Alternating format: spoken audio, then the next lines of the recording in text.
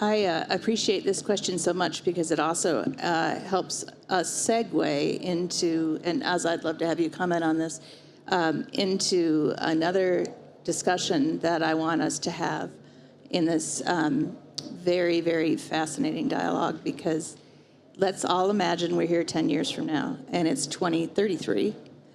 And what will our discussions be at the forum? And I think the voice of youth is a very important part of that. How have each of us built solidarity in the next 10 years?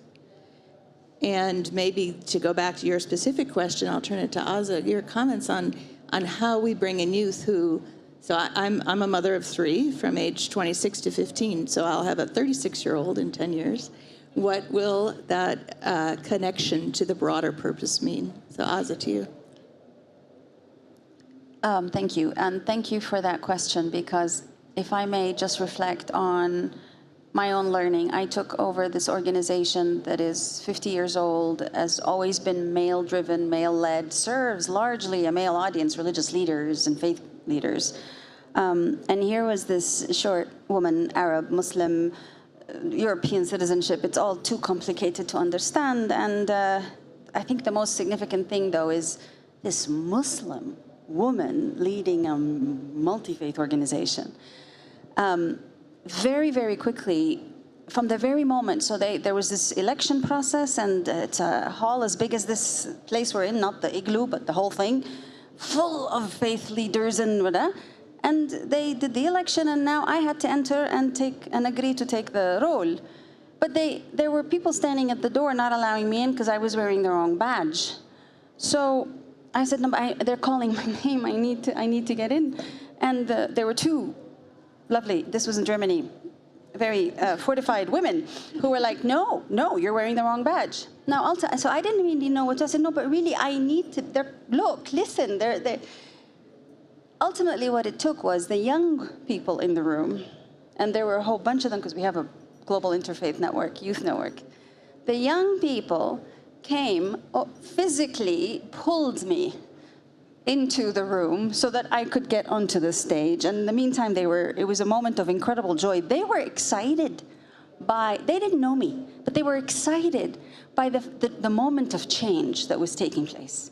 From a predominantly male leadership that had been leading the organization for the last over 25 years to this new thing. They didn't know.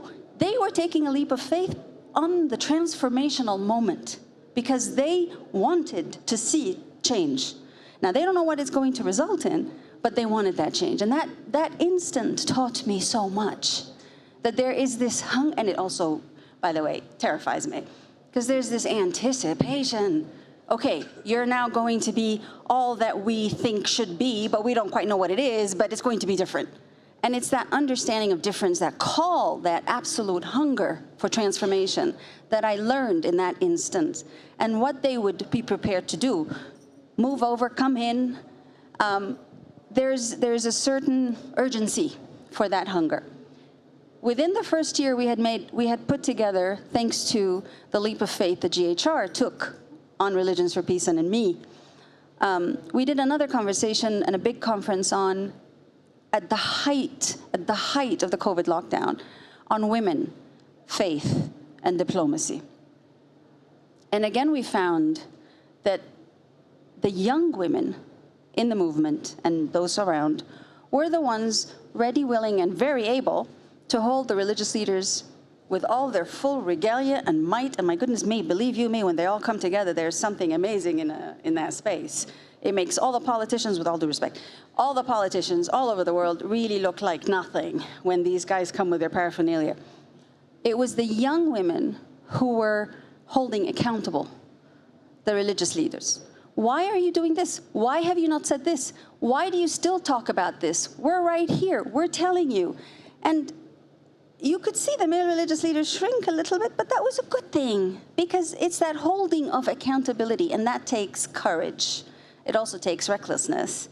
And sometimes the difference between courage and recklessness is not that great, or at least not that visible. But it was that willingness to put them on the stand and hold them accountable. And you begin to see the shifts in the ways of thinking of these religious leaders and their institutions. And we realize that that intergenerational dynamic that you were talking about very much takes place there. So yes, faith-based organizations are certainly that space, that place, but it's faith-based organizations who listen to and mobilize and work with their young. During the height of the COVID disaster, again, thanks to GHR's support, we were able to create something unheard of, which is a multi-religious humanitarian fund. Now, there's plenty humanitarian funds around the world, right? But a multi-religious one that insists on working together. I'm going to be quiet very soon. That insists on religious communities working together. We wait to see whether anybody is going to submit proposals. Now, obviously, the Catholic Church, the Protestant churches, the various Muslim communities, everybody's got their own funds and everybody's serving and working at 1,010%, right? Height of COVID. Nobody had the luxury not to. But nobody was working together.